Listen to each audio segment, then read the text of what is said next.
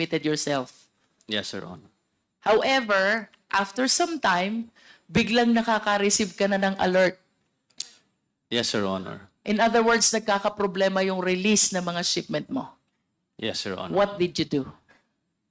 Minsan, ang ginagawa lang nila yan para, kasi pagka may alert, pupunta ka sa kanila, aaregluhin mo. So parang form lang ng additional na bayad sa kanila.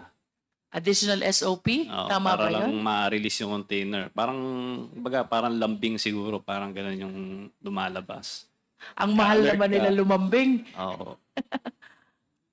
They will annotate something on your document to Opo. make sure that, you said that in your affidavit, they're leaving the number in your document to make sure that you call them Yes, so Your you Honor. will be able to settle whatever requirement is being asked of you.